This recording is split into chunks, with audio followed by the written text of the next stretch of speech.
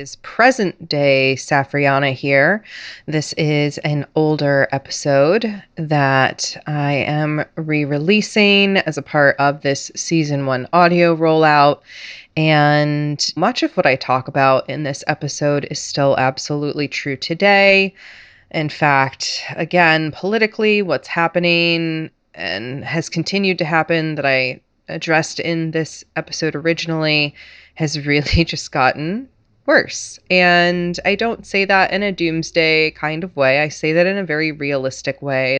Everything that's happening with SNAP right now and what's continuing to happen with our trans siblings and our immigrant siblings, our persons of color siblings, are literally anyone who is not a cisgender heterosexual white male in power. Like anybody not fitting into that is just not having a generally good time right now. There's just continued to be so many developments in my own life that have branched off of this original recording, it now being another 11 months, more or less, since this was recorded. So I continue to persist. I continue to stand in my power and share ever more than before. And I continue to be appalled at the things happening in this country and around the world at this time. The perpetuation of violence, the perpetuation of just normalizing, not taking care of ourselves, normalizing crippling medical debt, and normalizing a lack of access to healthy foods, and normalizing this bootstrap mentality of having to constantly be productive.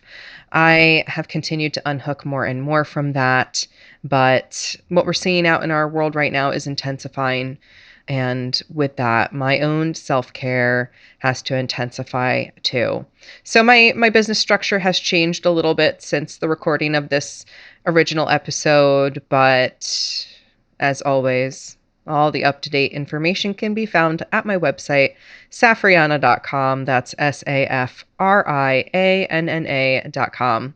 So I love you much. I hope that this episode invites you into deeper self-love and awareness of how systems try to keep you small. Break free, my friends. I believe in you.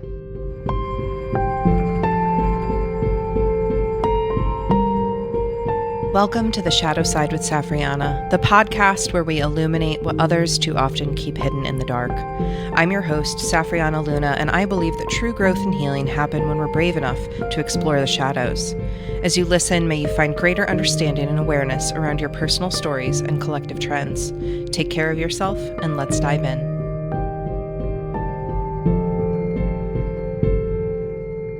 Hello, my lovelies.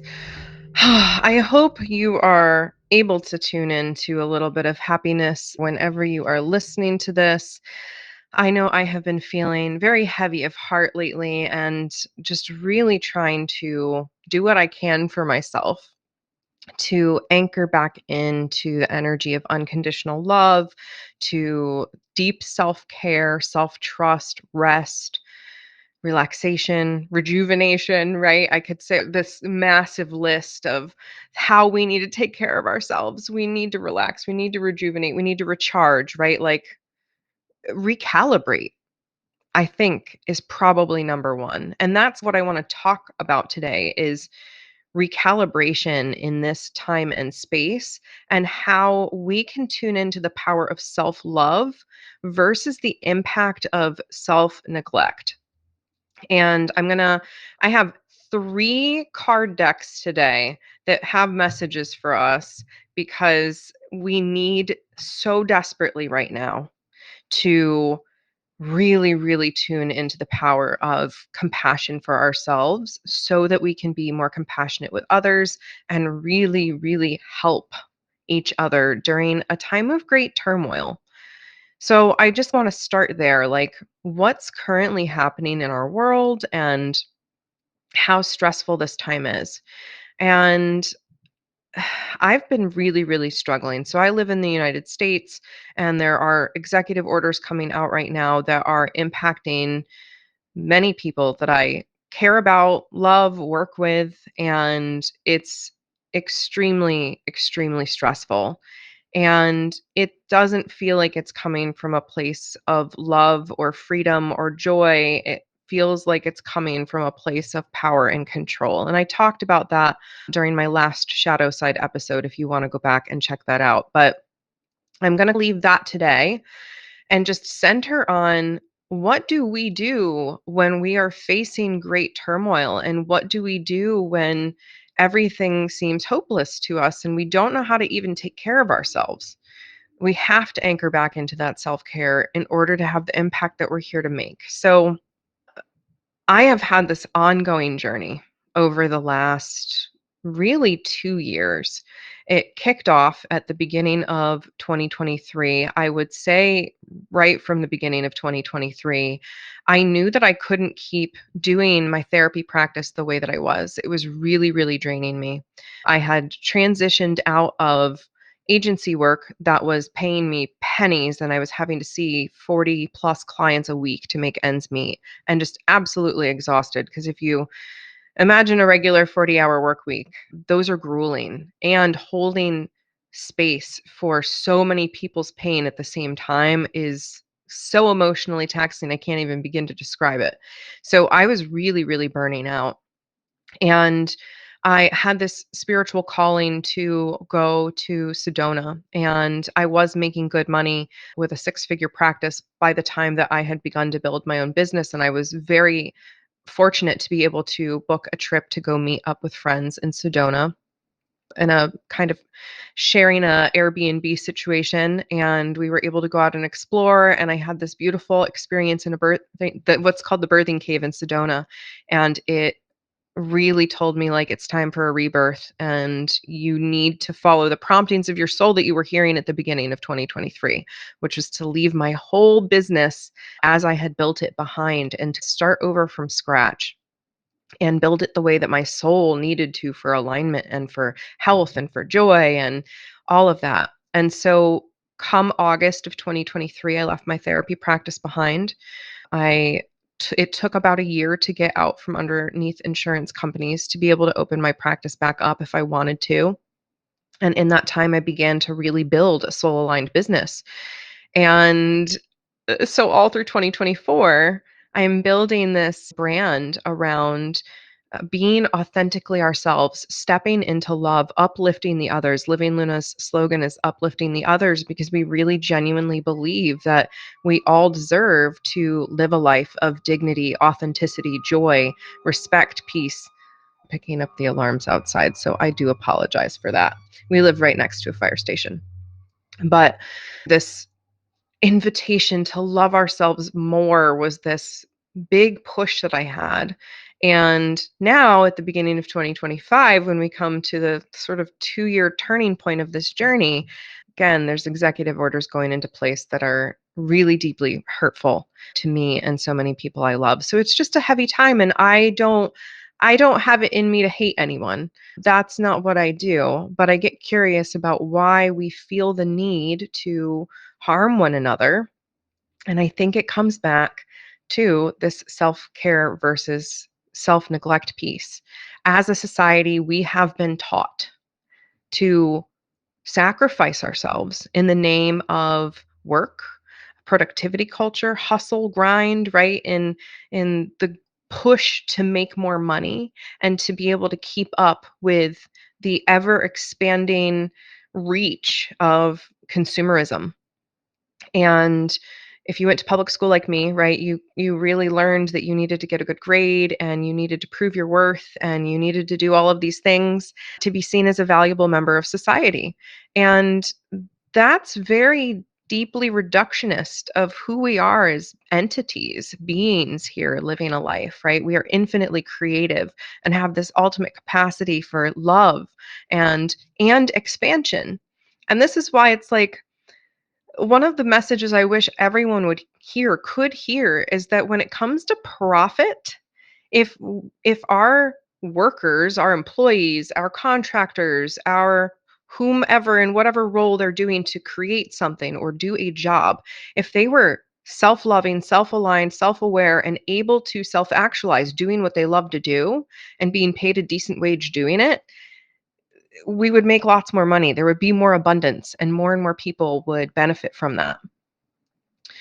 But we've been trained into self neglect. And when we're trained into self neglect, we don't take very good care of ourselves. And this has a huge spiraling effect. It really creates this nonstop loop of I can't take care of myself, so I can't get ahead. I can't get ahead, so I can't take care of myself. And this loop just plays on repeat.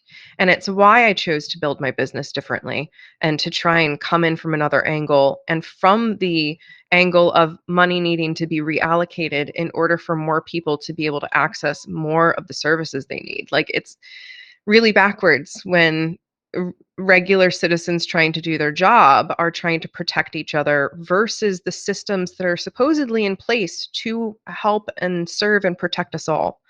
But that's where we're at, and that's why mutual aid and such is so important. But the deeper root of all of this, right, is that systems of oppression actually benefit from our self neglect. When we have no energy, when we are depleted, we have less capacity to challenge injustice. We have less capacity to speak up for ourselves. And this really, again, creates this continual loop where I don't have the resources to take care of myself, so I'm burning out. I'm burning out, so I don't have the resources to take care of myself. Like, you could see this loop in a lot of different angles, but ultimately it's I can't afford to take care of myself. And so I'm naturally going to self neglect, and this is going to literally mean I can't have the impact I'm here to make. So, we are being invited. There's a card in one of the decks I draw from, and it says it's the card is our ancient future. It's from the Beyond Lemuria deck. And this card speaks to how we need to bring back ancient wisdom to make it our future. And this really speaks to the 7 generations forward and backward that I see happening. And we're the 7th generation, and shit's compounding right now, basically. But we need to look back to indigenous cultures and their wisdom about how sustainable caregiving is related to caring for the caregiver and the community. That the community rallies together to take care of everyone, and everyone is allowed to take care of themselves, and their identity is honored.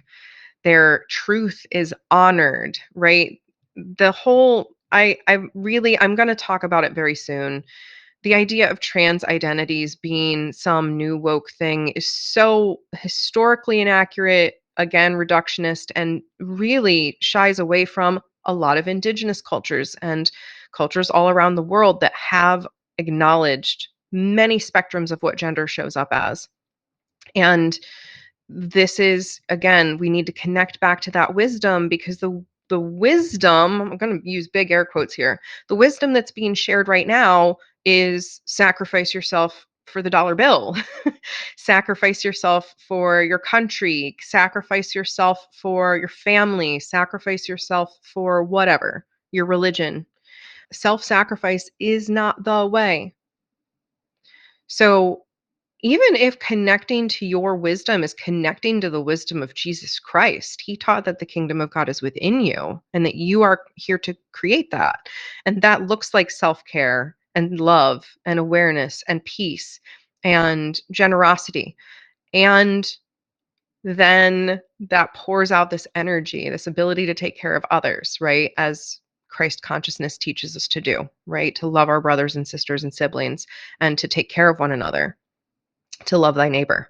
So if that's your wisdom that you need to lean back into, listen to that. But there are so many pieces of wisdom from our ancient past that can teach us how to really take care of one another. And that's so much of what we're being called into right now. And I want to speak too to that capitalism has really twisted self-care. So self-care, I remember it was I feel like it was actually around the time that I was getting my degree in mental health. So I have a master's in community mental health and a license in mental health counseling. And during that time, I was being taught the importance of self care.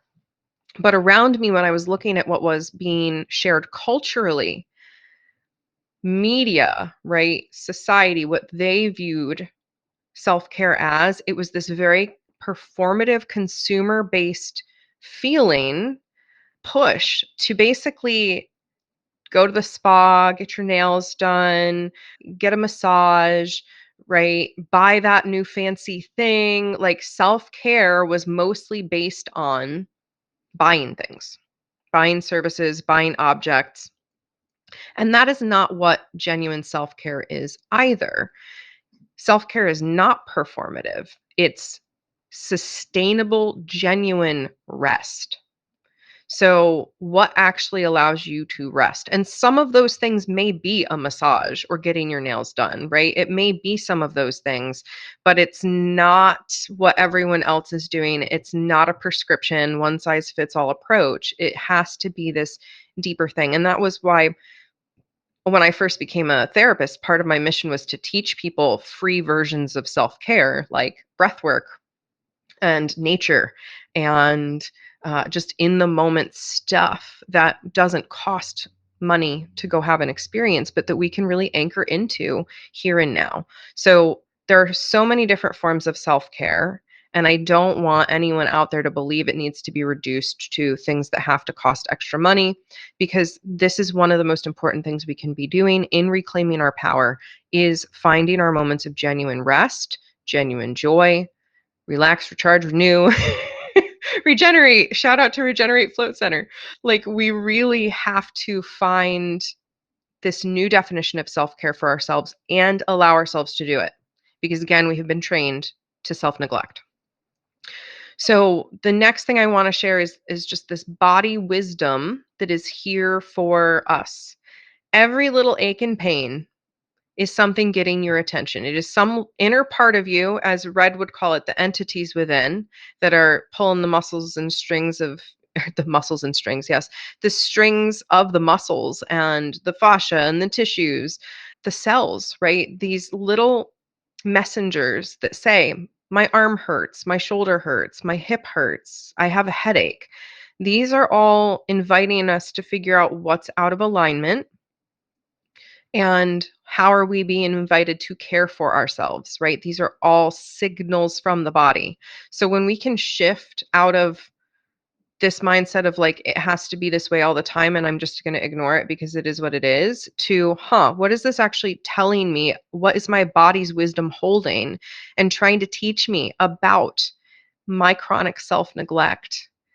So, yeah, part of my journey as a business owner came from my chronic illness because I had worked in careers that literally burnt me out to the point where my body started to hurt 24/7. And it was my body's way of saying, this is too much, we're overwhelmed. And I kept pushing.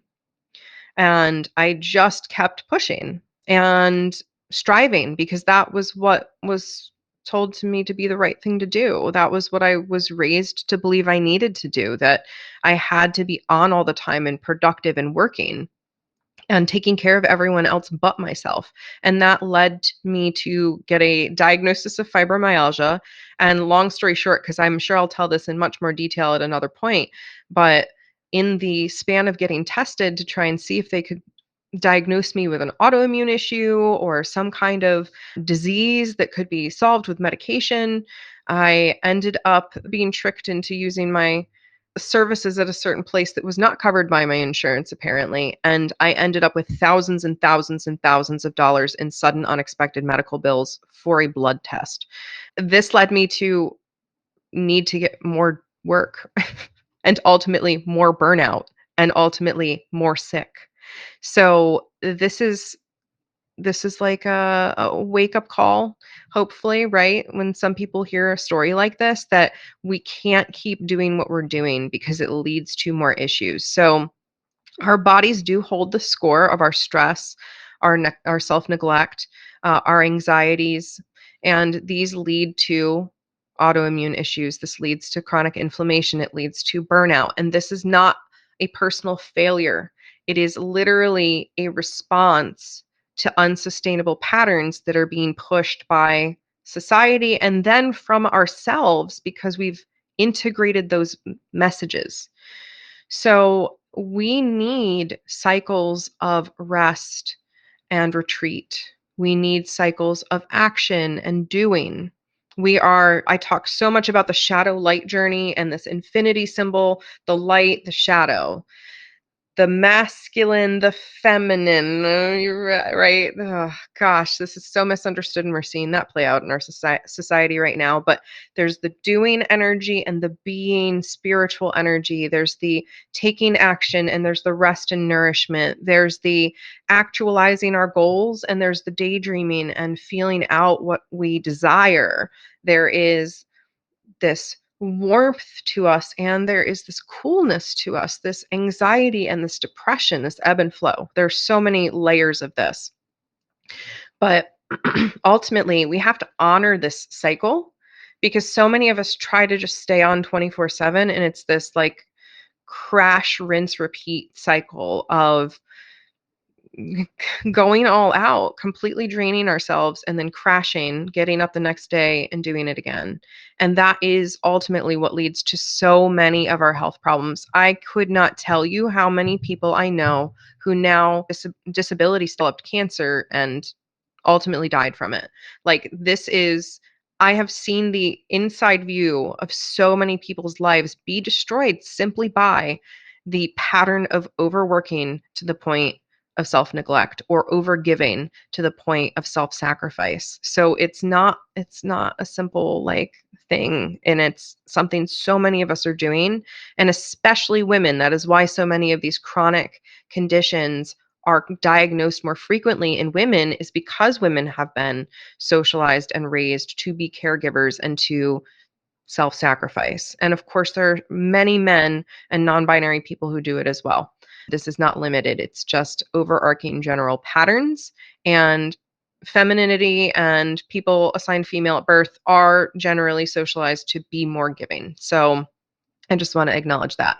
But we have to find this body spirit rhythm, this seasons of rest and growth rhythm, because it's killing us not to. And this speaks to intergenerational trauma, how many of us grew up being told that we had to be productive and could not slow down and just needed to give of ourselves everywhere. So, intergenerational trauma is part of this story too. It makes it very scary for us to slow down and actually look at our needs because we think we have to perform so we won't disappoint our parents, or we won't get fired and potentially not be able to live if we don't continue to put up with toxic or abusive patterns at work. There's so much issue and problems that we need to face in this world together that majority of us are being impacted by, regardless of what side of the aisle you voted on or didn't vote on. Like the average person is impacted by not great working conditions, high prices, basic survival needs, right? And we can't fight back against that if we are trapped in the cycle of self-neglect. That's the really cold hard truth. So, I want to talk about reclaiming our power some more. Boundaries are acts of self-love that allow us to really show up more fully for ourselves and for others.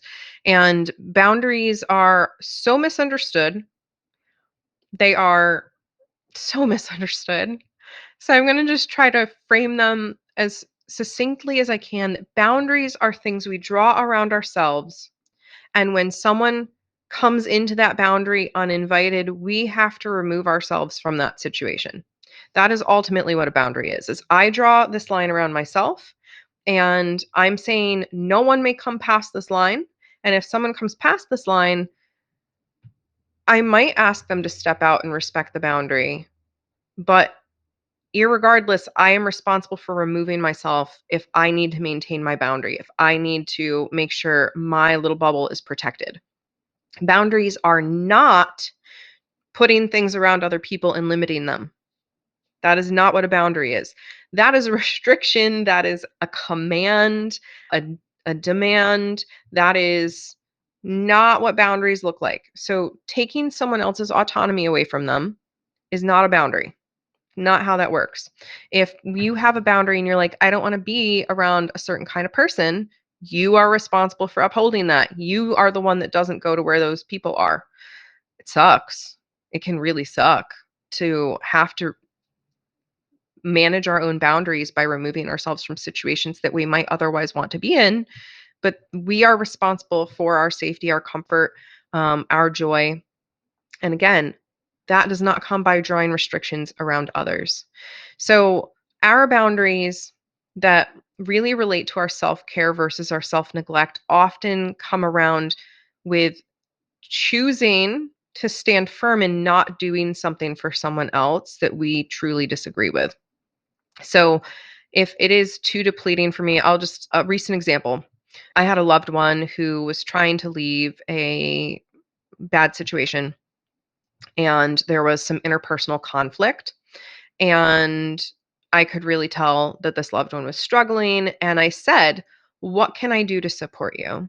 And this loved one said, "Well, you can mediate between me and this other person." And that was the one thing I couldn't do. And I had to draw the boundary, and I said, "I so understand why you want that right now, and I am not willing to do that for this reason. Is there anything else I can do?" And it was uncomfortable. It was so uncomfortable because I was trained, right, to not say no to anything, to say yes to everything, and to give and self-sacrifice and be there for literally everyone. And this was a loved one, and it was very hard for me to say, that is the thing I can't do. But I had to draw that line around myself, and I said, "Here's what I would be willing to do." So our boundaries are our expressions of what we are and are not willing to do, and we are ultimately the ones that determine whether we do a thing or not. Unless, getting graphic here for a second, unless you are in literal threat of physical violence in the moment, you have a choice that's very clear, and even under the threat of physical violence, you have a choice, but it's a much different one. But unless you are under a threat of physical violence, you have a clear-cut choice at every single moment on how you draw your boundaries. And that is something that we need to remember we are empowered in. So we don't have to say yes to everything. We don't have to take every task on at work. We don't have to say yes to every family member's request to spend time with them. We don't have to say yes to people dumping their trauma on us out of the blue. We can say, "Whoa, no, that is not for me right now. I do not have the capacity for this. I may be willing to come back and look at this under these conditions, but no," right? Boundary is us saying no to what we need to say no to. And that is a huge part of reclaiming our power, is actually using the power of our no. How many of us have neglected the power of our no? I know I did for so much of my life. So it's really uncomfortable to lean into genuine self-care because it often challenges those conditioned patterns of overgiving, too much openness, boundarylessness, conditioning of self-sacrifice, martyrdom, codependency, people-pleasing, all of that. And yeah, it's really, really hard to step into that, to reclaim, like, I am a sovereign and sacred human being, and I get to make choices for myself. It's been a journey for me, right? Like, in building my business, I turned away insurance companies, for example, and had to unpanel with them. And that was because the wages were so low, it was burning me out to work for them. And I was losing integrity in my work. And one of my most important values is doing no harm. And that means I have to be a clear energetic vessel and a clear emotional vessel to be able to hold space for the clients that I work with as a therapist and as a guide. I have to be able to hold a really clear space. So if I'm burnt out, if I'm completely and utterly drained, I'm exhausted, and I hate what I'm doing while I'm trying to hold this very special space that honors the person in front of me, that tells them you don't have to self-sacrifice, you don't have to overwork, you don't have to overdo, and I'm not doing that for myself, That's out of integrity. And that was what I realized back in 2023 and why I had to really renegotiate. And since then, I've had to make some sacrifices elsewhere while I recover. I've had to live a different lifestyle. I've had to do a lot of more self work and shadow work to figure out my next steps. But it was by stepping back and doing that self care that I've been able to be more present and actually do this sort of community work where I've been going live consistently for over a year now and holding moon circles for over a year now and being able to send more newsletters out and just talk to more people. Like all of that is because I stepped back to take care of myself. I was able to write 3 books, right? Like the creation came because of how I chose to step back and start drawing boundaries. And that is really, really hard work. I cannot tell you how many hard conversations I've had with family members saying, no, I can't do that. Or just, again, drawing a boundary with a person who does want me to do a project with them that I really know I can't. I had to turn away helping with a community recently that I really wanted, in my heart to help with, but knew that my body and my soul could not because I was already at capacity.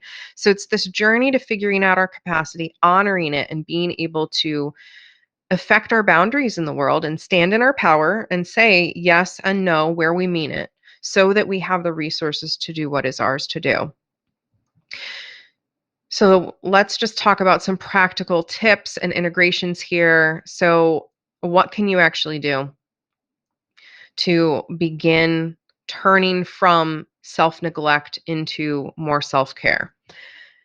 The first thing is your breath. I know this is so simple. And it seems like "Ugh, that's stupid. I shouldn't do that. Or what difference is that going to make?" But I was trained in mindfulness based cognitive therapy first. And then I went on to do a breathwork apprenticeship with a ton of yogic anatomy and nervous system, somatic integration with the breath. The breath is your most effective tool because you are constantly breathing.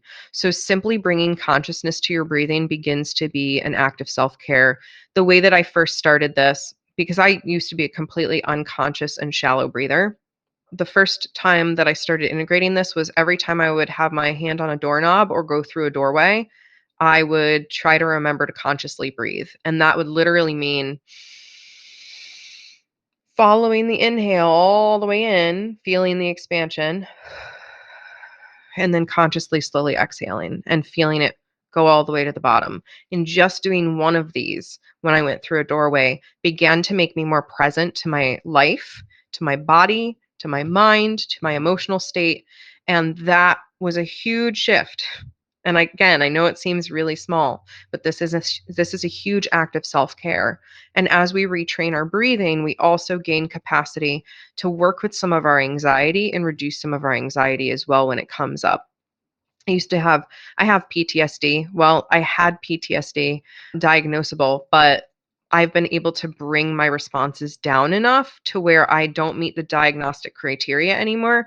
I believe once you have PTSD, like that imprint is there, right? You don't escape it or be cured from it, but you learn how to manage with it and live with it.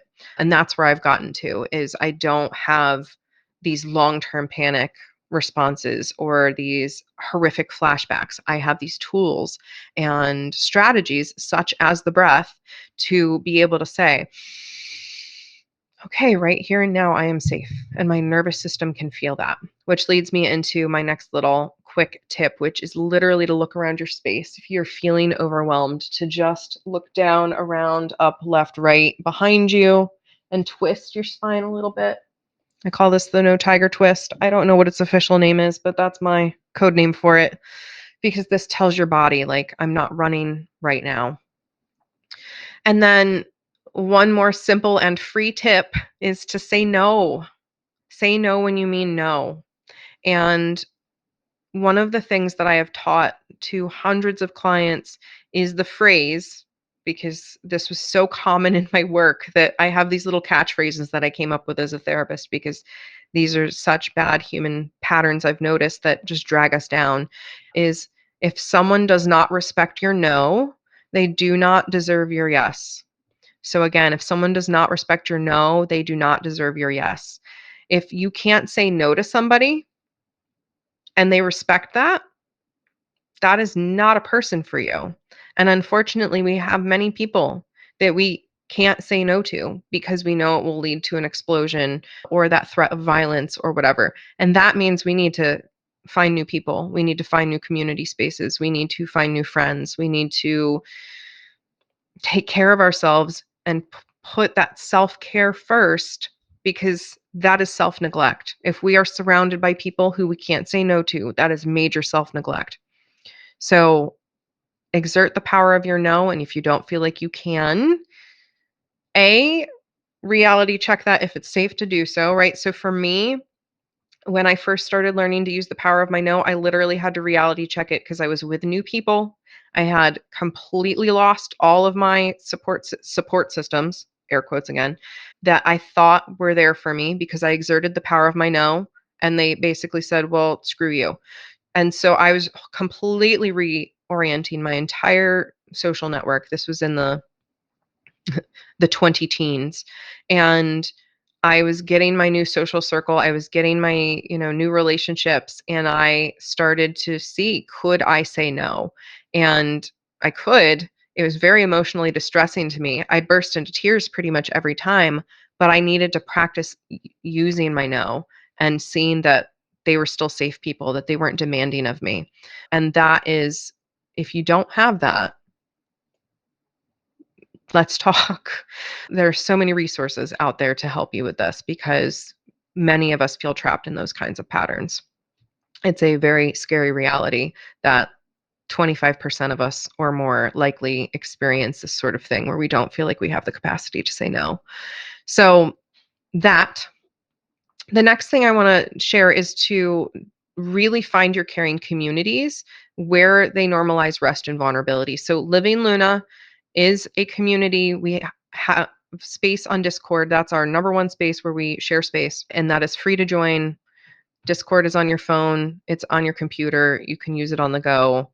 You are welcome to join us there, but look for local communities, look for groups that you can go be yourself in and where you can find yourself being honored. That is important for self-care, right? So many of us stick around in communities where we are self-neglecting because we feel like we'll be alone otherwise.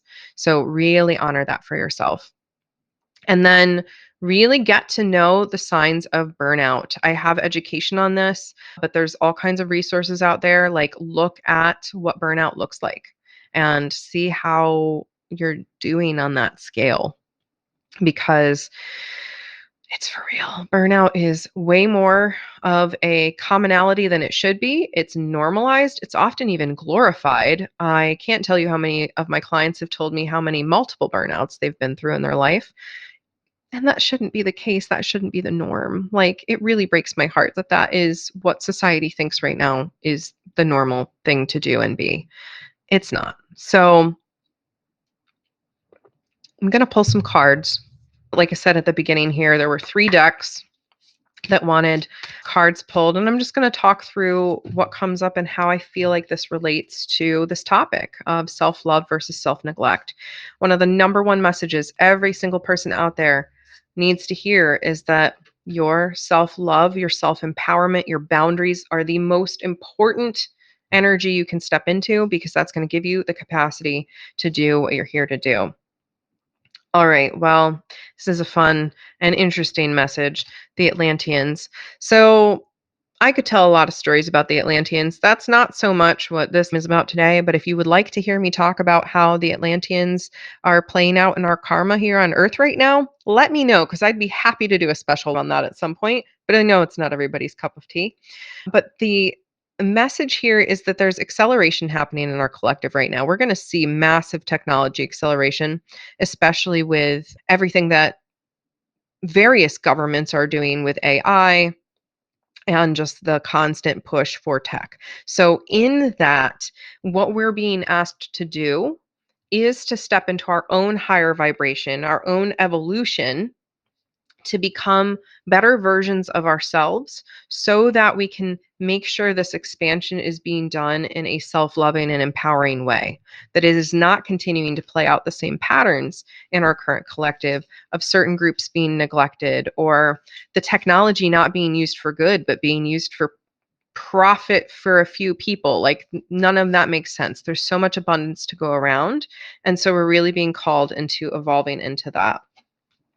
And then we have Rumi, mystical knowing, breaking boundaries, and having a personal experience with God. This is the same exact message. We need to really remember, I'm going back to that quote earlier, the kingdom of heaven is within you. Jesus literally trying to tell us that the divine is within us. And Rumi is here too. Your own personal experience with God is the most important one. No one else can tell you what that experience is meant to look like. I am for all religions and spiritualities that are empowering to people, who empower them in love, genuine love for themselves and for their neighbor. And that's what a personal experience with God looks like. God is love. Anyone that I know that has a personal relationship with God, whatever that looks like, whether it's the universe, nature, a goddess, but like a personal relationship, it is loving when it's not predetermined by an organization that says what it looks like. So this also has to do with breaking boundaries. And what that means is not breaking other people's boundaries. This is where I think the confusion around boundaries comes in, is it's one of those words that has multiple meanings. In this case, breaking boundaries means breaking the barriers of limitation that exist both within our minds and within oppressive systems. We're being called to really step into our, again, our personal divinity, our personal expression, and love. And unfortunately, love seems woke or something now. I don't know. I'm very confused. I'm curious on top of that, but we're being called to be more loving. And that is where the evolution comes from. And remember, love respects boundaries. Love respects our lines that say, no, please don't come in here. No, this is right for me. You can stay over there. Love does not have to equate to a relationship where we're even interacting. We can love at a distance, but love does not look like violence. It does not look like hate. It does not look like taking away people's belongings, rights, identities. Love does not look like harming other people physically. It does not look like making it harder for them to access services that give them dignity and health. That is not what love looks like. So I just want to remind you that. Oh, this is a tough card. So this card is despair.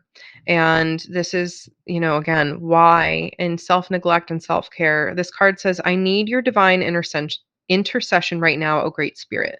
Lift this darkness from my soul. Free me from this burden. Open me to your highest plan. May I be a peaceful vessel for your love. So this is literally what I was just talking about. So many of us are having our hearts broken wide open right now. And I see this, again, I'm going to just say, across the aisle, no matter who you are, where you're from, where you live, what political party you're in, and I'm talking literally global. There is so much suffering and despair right now.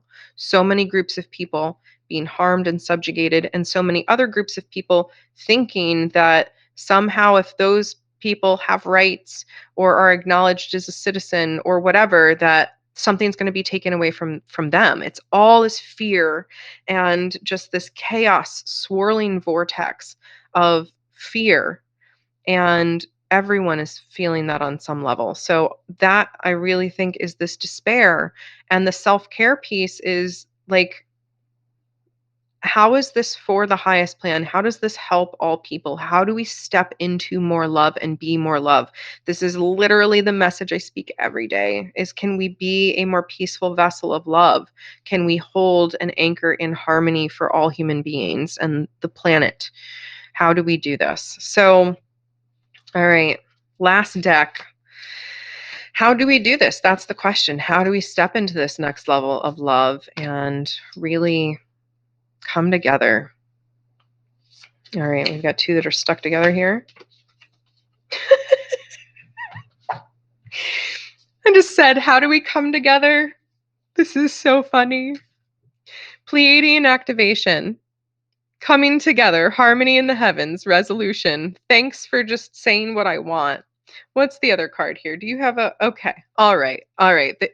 It came together. They gave us an answer, but they were just really affirming here. This is the gateway of light activation, by the way.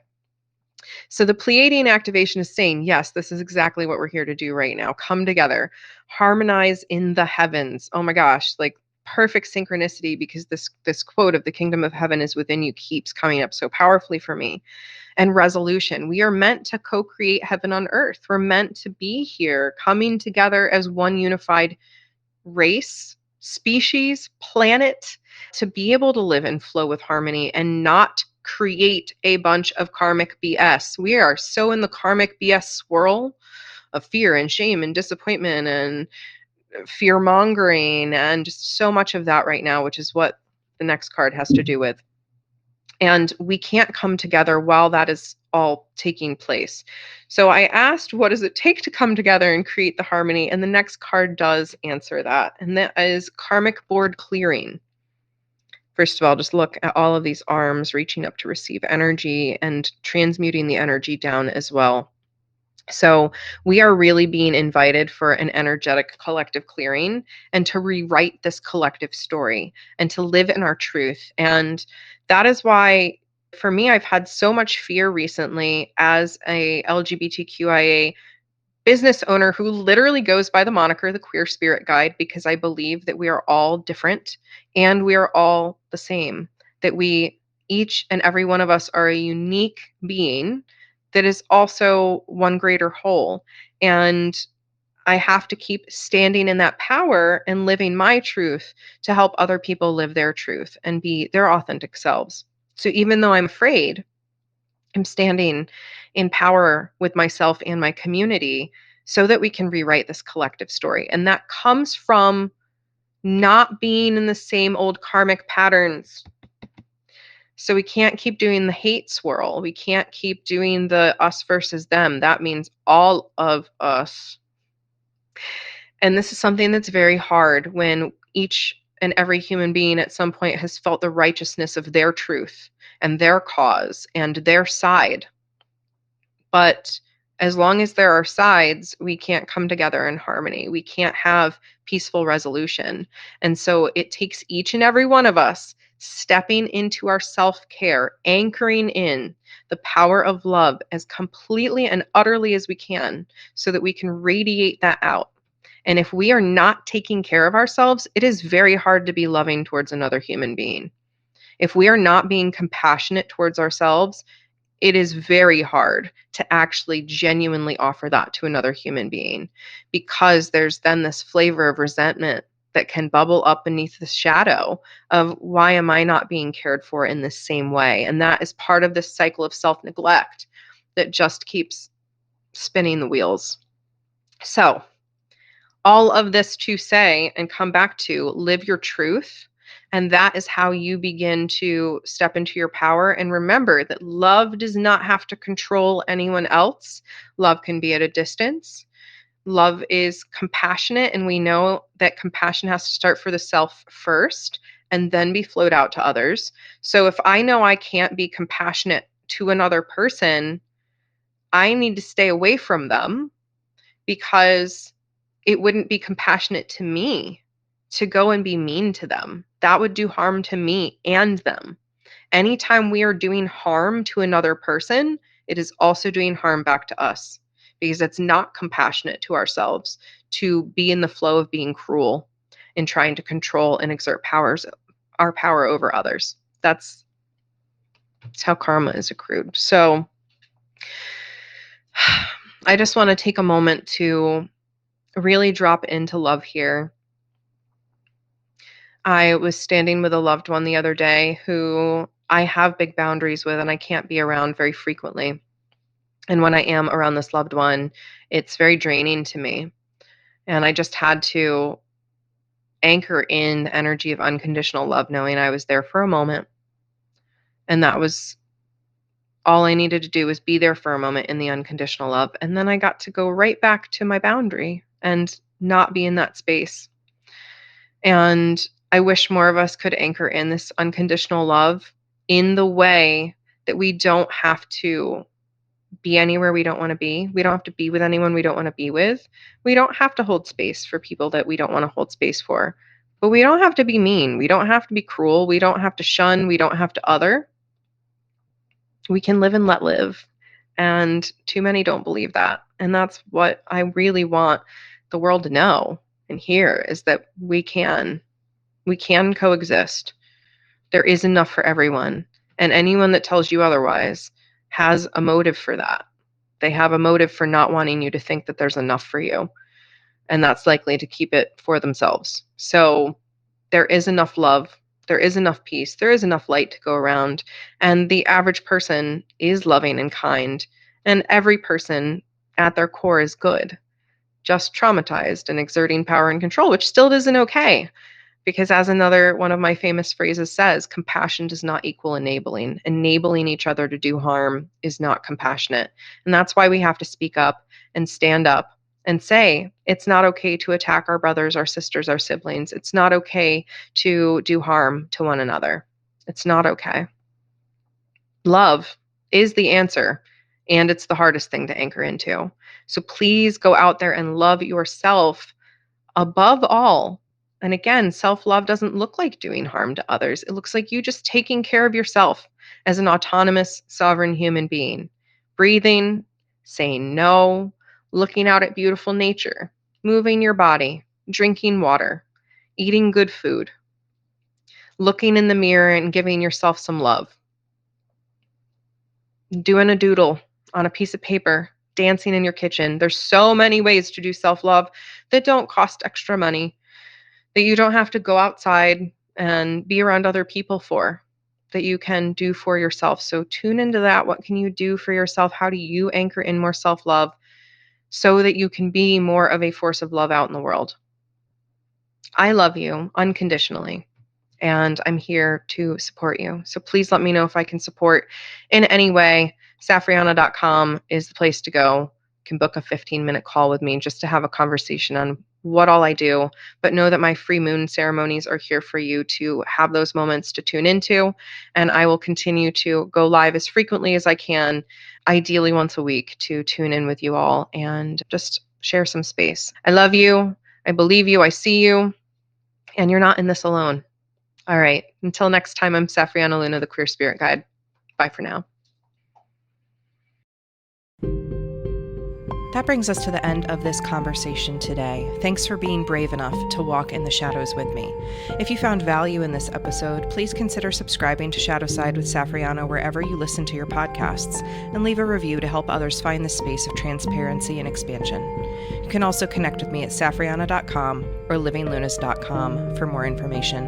Until next time, know I'm loving you fiercely and cheering you on.